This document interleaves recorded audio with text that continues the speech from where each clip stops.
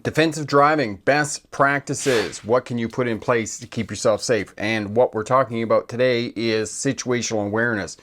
Reading traffic patterns, interpreting the actions of individual road users to stay safe on the roadway. So we're talking about situational awareness. We're talking about being aware of where you are on the roadway, and different road infrastructure is going to have different traffic patterns, and it's going to have different fixed objects. And as you can see in the image here, depending on whether you're in a city or whether you are in the country on a rural 2-lane road, you are going to have to put in different skills and abilities to keep yourself safe and implement defensive driving best practices for driving on these roadways. Videos to have a look at: master shoulder checking. Corey's put that up in the comments already. Thank you for that. And if you're watching on the replay, I'll put that link down in the description for have a look at that. So defensive driving tips in the city. We look at driving through cities and the smarter defensive driving model of having your 2 to 3 second following distance, not car lengths, it's seconds. Time following distance is measured in time, because you measure in time. The reason for that is as you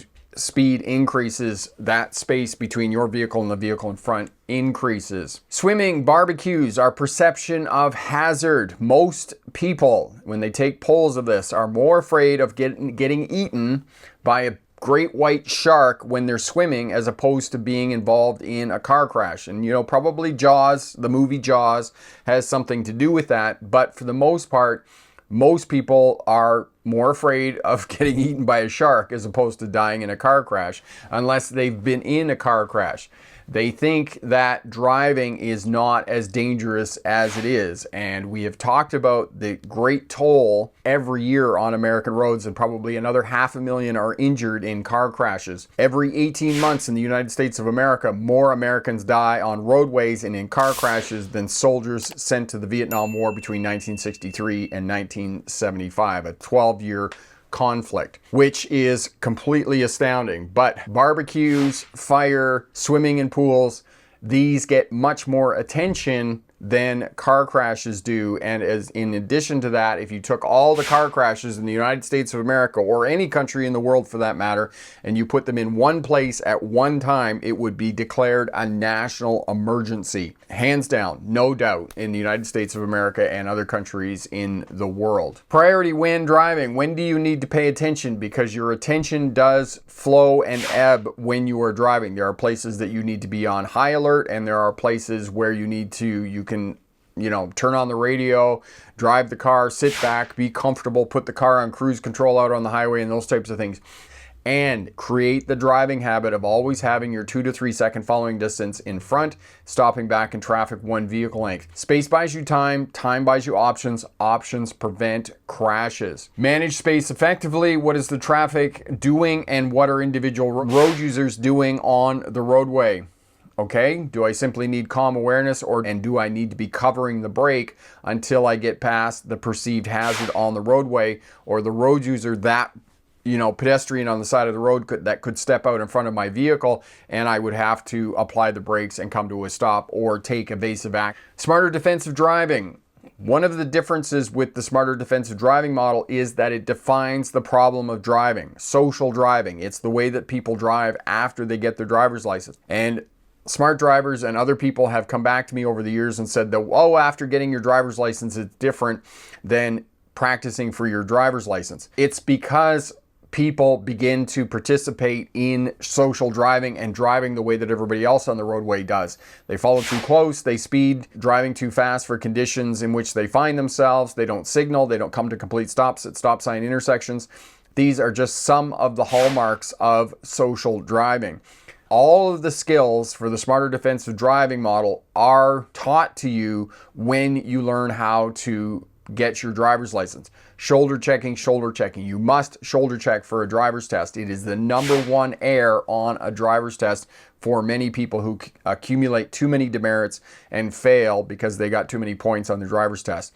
And there are 2 ways to fail a driver's test: failing outright, committing a dangerous action, or accumulating demerits. And you get demerit points, approximately 5 for every minor mistake that you make, and it's 10 points for every major mistake that you make. Most driving tests, it's 35 points. Once you accumulate, you're not going to be successful in passing your driver's test. So social driving, that's the problem that you're facing on the roadway every day. And if you participate and do what everybody else is doing on the roadway, you are participating in social driving and you are not going to be safe, and eventually you're going to be involved in a crash. The other factor that complicates driving is that we go along for a very long period of time, 15, 17 years, before we crash. We think that what we're doing is perfectly safe until one day it comes back and it bites you in the ass. Just worked on a case with a truck driver who was pulling off onto the shoulder of the interstate thinking that it was perfectly fine. Not only that, this driver thought that pulling over to the left side of the interstate was safer than pulling off onto the right side of the interstate. The reason being is that the vehicle, his vehicle, was between him and traffic on the interstate, despite the fact that he was challenged with the fact that traffic in the left lane is traveling faster than it is in the right lane. He was convinced that what he was doing was safe. Unfortunately, it came back to bite him in the ass. He parked his truck on the side of the road, didn't get the trailer completely off the traveled lane of the traveled portion lane, and another vehicle rear-ended him on the roadway.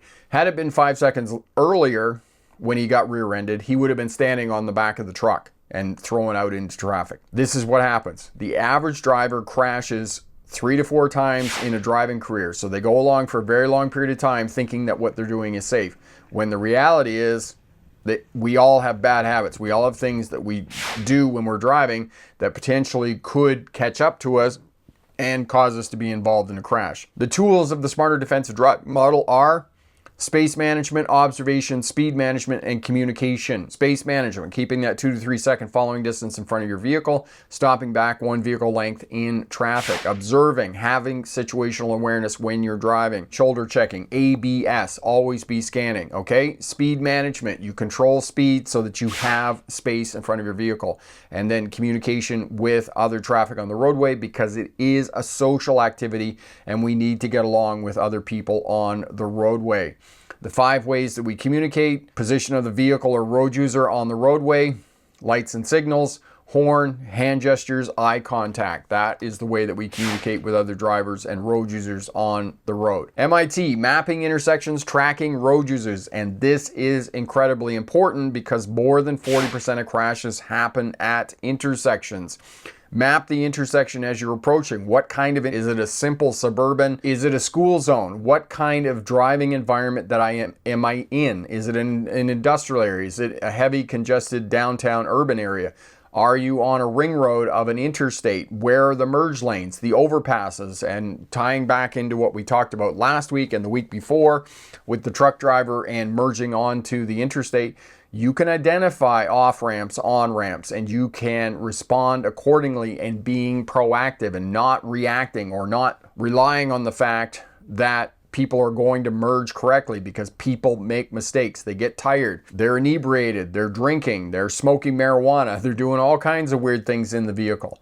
Don't assume that the other person is going to do the right thing. Put in techniques, strategies, and skills that are going to keep you safe and going to protect that minimum safe distance between your vehicle and other vehicles on the roadway. Different driving environments: residential, industrial, parks and schools, multi-lane city roadways, school areas, 2-lane city highways, freeways and interstates, rural country roads, towns and villages. All these different driving environments are going to affect traffic patterns. They're going to affect the actions of individual road users. And I was talking about with the truck driver and the buses that forced out into the intersection, and the truck driver was no doubt distracted by the car off the right front bumper, looking as far down the road as you can see to interpret traffic patterns and what other goofy things that other drivers on the roadway might be doing. Experiential, where to focus, develop habits that will keep you safe. Shoulder checking, ABS, always be scanning. And the 2, space management and shoulder checking and always be scanning, dovetail together. Without space, you can't be observing correctly because you're too close. And this is one of the key factors in managing your speed on your driver's test, doing the posted speed limit or the flow of traffic, whichever is less. If you're observing correctly and you're in and you're adjusting your speed and maintaining that space in front of your vehicle, you're not really going to be at your speed so much, because you're always looking, you're monitoring, you're having that forward scanning pattern in place where you're looking at your instrument panel. And if you're not maintaining and adjusting your speed, it's telling the driving examiner that you're not scanning correctly, because you're not looking at your instrument panel every 15 to 20 seconds and adjusting your speed in response to that. For new drivers, the 4Ds: drinking, driving, dating, and distractions. Young people, new drivers, don't have a great deal of experience with any one of these things, but all four of these things come together at more or less the same time in your life, kind of that 16 to 25 years old. I mean, for some kids now with phones, and they've got phones when they're 12 years old, so they have a great deal of experience with distractions. However, there's a lot of distractions inside the car, and for both beginner drivers and experienced drivers, the peer pressure of hurry up and go is real. So they're going to be distracted not just by the electronics and in their vehicles and their phones and those types of things, but they're also distracted by what other people on the roadway are doing. So this is another fundamental skill for drivers to learn, is to focus on what they're doing. Don't be distracted by the horn honking, the yelling, the fingering, the flashing of the lights, those types of things when you're driving on the roadway. You have to focus on what you're doing, okay? Drinking, driving, okay, don't drink, don't do those two things together. Corey will put up the link for Contract for Life, which is a contract with MAD. You can sign it with somebody else and they'll agree to come and get you no matter what happens, okay? So do that. Contract for Life, sign that. Okay, develop driving habits. Your 2 to 3 second following distance, shoulder checking, stopping back in traffic 1 vehicle length, and the right information about keeping yourself safe.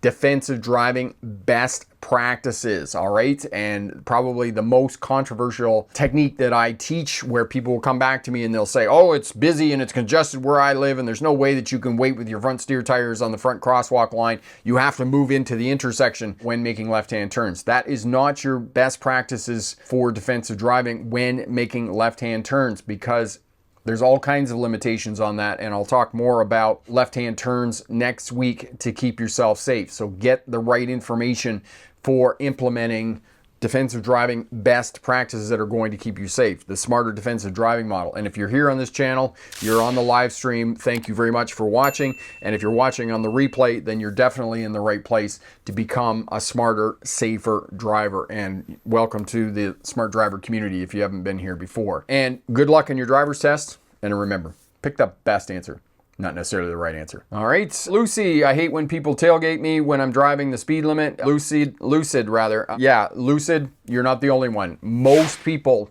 hate other people that are tailgating them when they're driving. It's one of the biggest pet peeves of drivers, is other people tailgating them. And then what happens is it escalates into a road rage incident, because the person is tailgating them, then the person in front brake checks them, and then the person behind gets upset and angry and passes the person, and they get in front of them and they brake check the person, and then it just escalates, and it's one of these things that just ramps up and keeps ratcheting up until one person stops being the primal, stops being in that mode of primal brain of the 4-year-old and the 27 lizards, and they're able to pull back and, either stop or get off the roadway and allow the other person to carry on with their life so it doesn't eventuate in a crash. 5121, how do you handle staying centered in the lane while checking mirrors? Okay, 5121, you need to look farther down the road is what you need to do to center the vehicle in the lane and follow other traffic, and that will do it as well.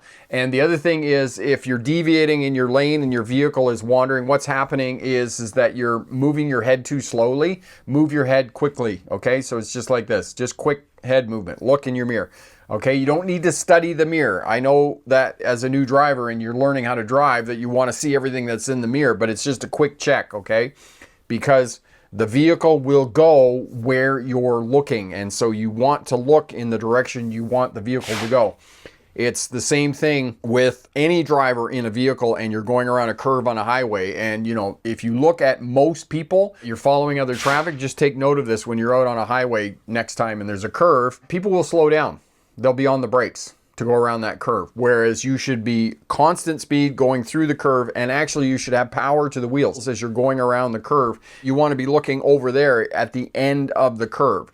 So 5121, if you do that, look where you want to go, get the vehicle going, and then quicker head checks, mirror checks rather, you're going to do just fine, my friend. That should fix your problem for you. 8:05, tomorrow is my California driver's test. Your videos have been very helpful to me. That is awesome. Thank you so much for stopping by and letting us know. Good luck on your driver's test tomorrow.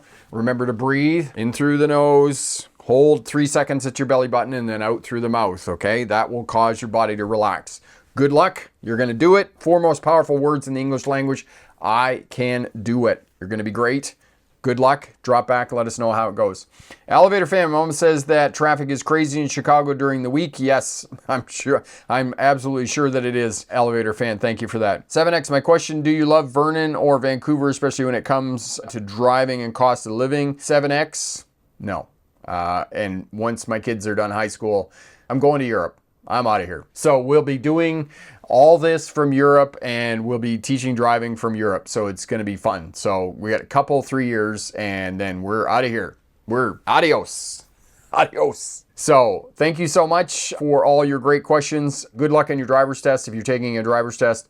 And remember, pick the best answer, not necessarily the right answer. Have a great night. All the best. Bye.